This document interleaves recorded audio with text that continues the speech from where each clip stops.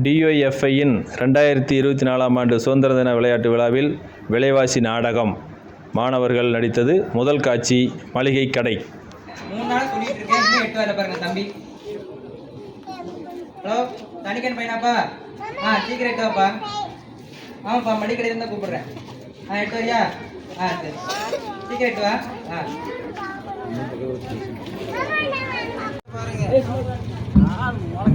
என்ன கடைக்காரரே, நீங்க கடை வச்சீங்க தண்ணிக்கான்னு கூப்பிட்டே இருக்கிறீங்க. சரிப்பா, நான் கூப்பிட மாட்டேன்ப்பா, கூப்பிடலாம்.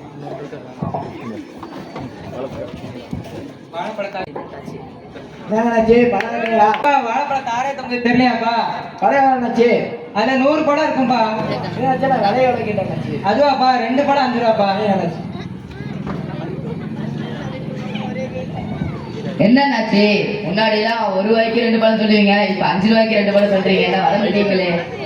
என்னப்பா இப்படி சொல்லிட்டேன்? நான் வளரலப்பா, விலைவாசி தான்ப்பா வளர்ந்துட்டே போகுது. சரி, உளுந்த 1 கிலோ போடுங்க. அது எவ்வளவு ஆச்சு? போன வாரம் 105, இந்த வாரம் 145பா. சரி, பச்சை பயிறு 1 கிலோ போடுங்க. அதே விலை எவ்வளோ? போன வாரம் 130, இந்த வாரம் 160பா. என்ன எது கேட்டாலும் போன வாரம் இந்த வாரம் சொல்லிட்டு ஏத்திட்டே போயிட்டு இருக்கீங்க. விலை ஏத்திட்டே இருக்கீங்க. நான் என்னப்பா பண்றது? எல்லாத்துக்கும் வரி போட்டாச்சு, தினம் விலைவாசி ஏறிட்டே இருக்கு. நீங்க கேட்கற போலதான் எல்லாரும் என்கிட்ட கேட்கறாங்க. என்கிட்ட கேட்கற மாதிரி அரசாங்கத்திடம் கேட்பது இல்லையே, போராட முயற்சிப்பது கூட இல்லை. அப்புறம் ஜிஎஸ்டி, பிஎஸ்டி, டிஎஸ்டின்னு எல்லா எஸ்டியும் வரும். அப்புறம் இப்ப விலைவாசி குறையும். நீங்களே சிந்திச்சு பாருங்க.